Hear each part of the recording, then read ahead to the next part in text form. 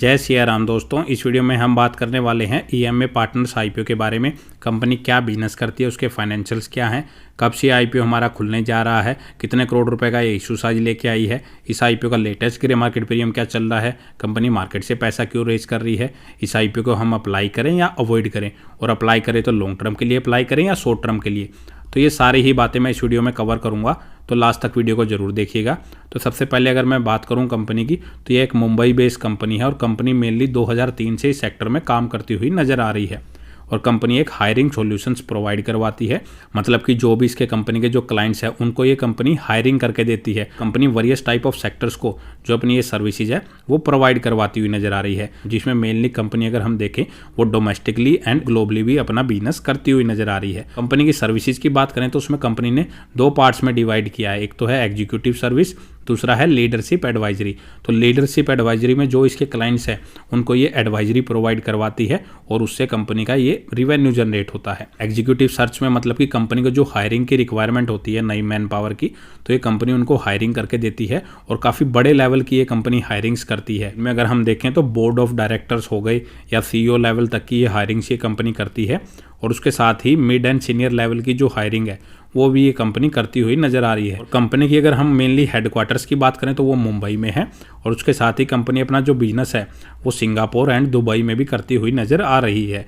तो कंपनी के बिजनेस तो फिलहाल ठीक ठाक नजर आ रहा है। कंपनी के मेनली फाइनेंशियल देखेंगे तो पिछले 3 साल के अकॉर्डिंग अगर हम देखें तो कंपनी का जो रिवेन्यू वो पहले 58 करोड़ था, फिर वो उसमें गिरावट के साथ वो 51 करोड़ रह गया, फिर उसमें एकदम से तेजी आई, वो लगभग 69 करोड़ का हो गया।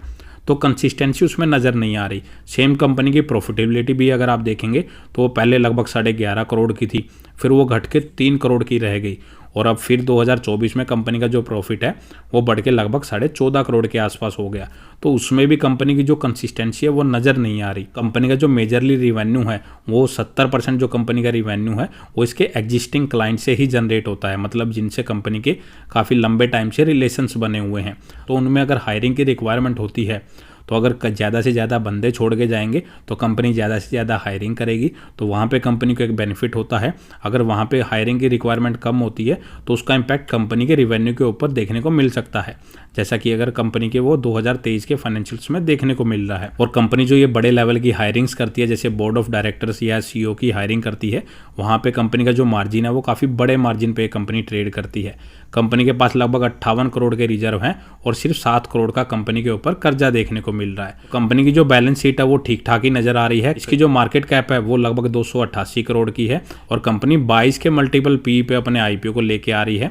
और इसकी वैल्यूएशन को अगर हम इसके लिस्टेड कंपटीटर से कंपेयर करें, फिलहाल जो इसके कंपटीटर्स हैं उनमें quest Corp and team lease services limited ये इसके लिस्टेड कंपटीटर्स हैं, लेकिन इन जो कंपटीटर हैं इनका 100% बिजनेस इस कंपनी से मैच नहीं करता। कुछ चीज़ें हैं जो इन कंपनियों की इससे मैच करती है, तो उसके चलते इसका जो पी रेशो अगर हम देखें उनका वो 35 और 46 के आसपास चलता हुआ नजर आ रहा है। उनके कंपैरिजन में कंपनी का जो पी रेशियो है वो काफ़ी कम चल रहा है, लेकिन अर्निंग्स देखेंगे तो उनकी इस कंपनी से काफ़ी ज़्यादा नजर आ रही है। ओवरऑल प्राइस के अकॉर्डिंग अगर हम वैल्यूएशन देखें तो 22 के मल्टीपल पी पे आईपीओ को लेके आ रही है, तो कंपनी का जो आईपीओ फुली प्राइस नजर आ रहा है, मतलब काफ़ी अट्रैक्टिव वैल्यूएशन उसने रखी है। वो ना ज़्यादा महंगी है ना ज़्यादा सस्ती है। अगर हम देखें कंपनी यहाँ से जो पैसा रेज कर रही है उस पैसे की यूटिलाइजेशन कहाँ पे करेगी, तो कंपनी अपने बिजनेस को एक्सपेंड करने जा रही है और इसकी सब्सिडरी कंपनी के बिजनेस को भी एक्सपेंड करेगी, वहाँ पे इस पैसे का यूज करेगी। साथ ही कंपनी अपने आईटी इंफ्रास्ट्रक्चर को भी एक्सपेंड करने जा रही है और साथ ही इसके सब्सिडरी कंपनी का भी आईटी इंफ्रास्ट्रक्चर को एक्सपेंड करेगी।